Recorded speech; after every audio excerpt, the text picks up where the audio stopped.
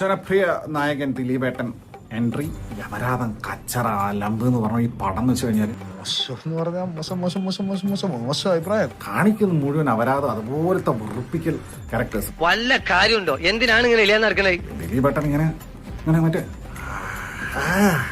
Mama ശവത്തി കുത്താതെ mama വാ തുറന്നിട്ടുള്ള പുള്ളിയുടെ മാസില്ല ഇങ്ങനെ ആയിട്ടെന്നെ ഇങ്ങനെ ആ ഒരു സാധനല്ലേ. അവമാനിക്കരുത്. പിന്നെ ഇതിലെ പ്രധാനപ്പെട്ട രണ്ട് കഥാപാത്രങ്ങൾ പിന്നെ വിനീത് ശ്രീനിവാസനും ധ്യാൻ ശ്രീനിവാസനും. നമ്മളെയാണല്ലോ മച്ചമ്പി. ഞാനും വല്ലാതെ വെറുപ്പിച്ചിട്ടില്ല. ധ്യാന്റെ ക്യാരക്ടറും കൊള്ളായിരുന്നു. ഞാൻ വന്നിട്ട് ധ്യാന്റെ ഡയലോഗ് ഡെലിവറിയും ഡബിങ് ഒക്കെ നന്നായിട്ടുണ്ട്. ലാലേട്ടന്റെ കഥാപാത്രം വെച്ച് കഴിഞ്ഞാൽ ഇതുപോലത്തെ ഒരു കോമാളി, the worst cameo ever in the history of his career.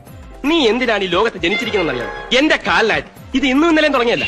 അദ്ദേഹത്തിന്റെ ഫിലിമോഗ്രാഫിയിൽ ഇത്രയും അപരാധം പിടിച്ചൊരു ക്യാരക്ടറും അത് അത്രയും കോമാളിത്തരം കാണിക്കും. തന്നെ ആരെങ്കിലും ഇപ്പൊ ഇങ്ങോട്ട് വിളിച്ചോ? വേറെ പണിയില്ല ലാലേട്ടൻ. അത് പുള്ളിയുടെ കരിയർ ഇങ്ങനെ വീണ്ടും ഇങ്ങനെ ഒന്ന് അപ്പായി വരുന്ന സമയത്ത് ഇതുപോലത്തെ അയ്യോ മര്യാദക്ക് അവിടെ വല്ലയിടത്തും കിടന്നോ, ഇല്ലെങ്കിൽ എടുത്ത് ചവിട്ടി പുറത്തിട്ട് ഞാൻ. ലാസ്റ്റ് ഒരു കാട്ടിലുള്ള ഒരു സീനൊക്കെ ഉണ്ട്. എന്റെ പൊന്നോ, കാട്ടിൽ കാട്ടപരാധം ലാലേട്ടന്റെ പറ. ഈശ്വരാ, ഇത്ര പെട്ടെന്ന് കഷ്ടകാലം തുടങ്ങിയോ? അപ്പുറ സൈഡിൽ പോട്ടെ, ദിലീപ് കാണിക്കുന്ന പോട്ടെ, പുള്ളിയുടെ സിനിമയാണെന്ന് വിചാരിക്കാം. ഇതിലിക്കാരി ലാലേട്ടൻ കോമാളിത്തരം കാണിച്ചെന്തിനാണ്? ഇതൊക്കെ ഉള്ളത് തന്നെയാണോ? എനിക്കറിഞ്ഞു.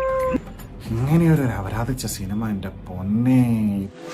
സജി, വീട്ടിൽ തന്നെ ഇരുന്നാ മതി, നീ പുറത്തോട്ടൊന്നും ഇറങ്ങാൻ നിൽക്കണ്ടാട്ടാ. എന്താ ഞാനങ്ങ് ഇറങ്ങുവാ. ഒരു ലേന ചർച്ചയുണ്ട് ആലുവയിൽ വെച്ച്.